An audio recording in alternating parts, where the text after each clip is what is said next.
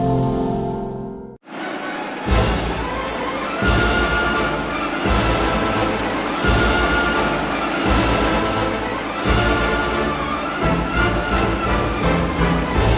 if you've nothing better to be doing, off we go with another brief resume of yet another extraordinary week in the crazy world of football. And let's begin today in Istanbul and Sunday's Besiktas-Galatasaray match, which got suspended in the 93rd minute with Galatasaray 2-1 up because of this, a scary looking pitch invasion by Besiktas fans, sparked by a trademark hammer tackle by Felipe Melo, he of the ironic surname, like Claudio Gentile. Or Ian Wright. Anyway, headline upon headline this week about the number of invaders whose garden they'd raided for all the chairs, and the fact that the stewards, by and large, bravely ran away when it all kicked off. As Hurriyet put it, for 30 lira, about £9, let's do one. Come Tuesday, though, the story took another turn when Galatasaray manager Fatih Terim, he of the not that ironic first name, got the boot from the club, despite them being 2-1 up in that game. Hang on, though, you're thinking. Fatih Terim, isn't he Turkey manager? Well, the answer is yes. Since June, he's been doing both. Terim in June. And that hasn't been going down too well with Galatasaray, because since then the club's results have suffered noticeably, culminating in last one's 6-1 thrashing by Real Madrid in the Champions League. On top of all of that, complains Galatasaray's president, Terim doesn't respond to my texts. And that's a bit too much, even from a club legend like him, so out he goes. Well, what does this mean for Schneider and Drogba? That's one question. Who will replace him? That's another. And Fanatic, on Wednesday, helpfully placing this want ad on their cover. Help wanted, it says. Must immediately respond to the president's phone call and text. Must not criticise transferred targets. Must love the facilities. Must not get a 9-game ban for abusing the referees. And must not run another team at the same time. Boy, that narrows it down just a little bit. Well, according to the paper, a certain hot-headed Italian recently fired from the Premier League as the front runner. No, not that one. Although it would be funny. This one, Roberto Mancini.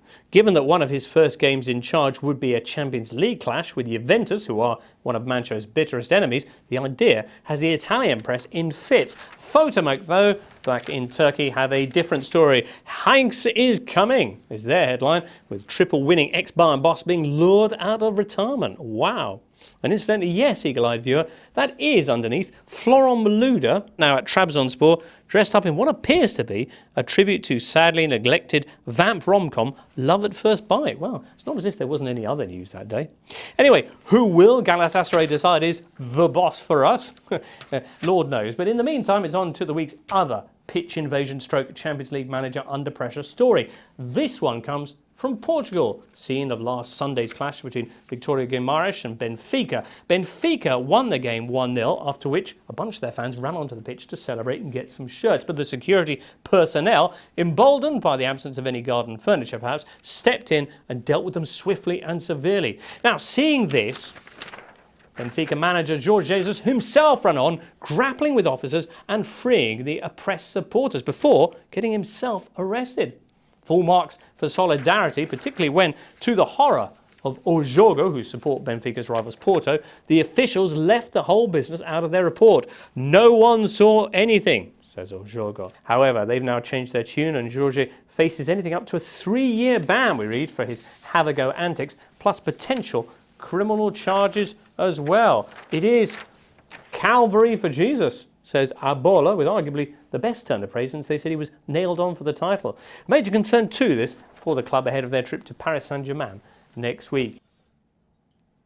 Other managerial news? Well, how about Gennaro Gattuso? Yup, former midfield growler Reno is a gaffer these days, talking prozone and rocking the training cones at Palermo. Or at least he was, because after last weekend's defeat at Bari, just 6 games into his reign, he joined the ranks of managers fired by Palermo president Maurizio Zamparini, a group this whose numbers are swelling faster than a student's trousers during Hollyoaks. Indeed, including Gattuso, Zamparini has now been through, in 24 years as a club president, 44 new managers. 24 years. Wow.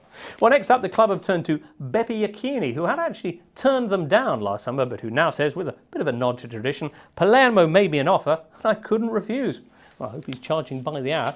Will he still be there next week? Who will be guiding Galatasaray in Turin? Those questions and many more when we return in 7 days' time with a proper Champions League roundup next Friday. Hopefully, see you then.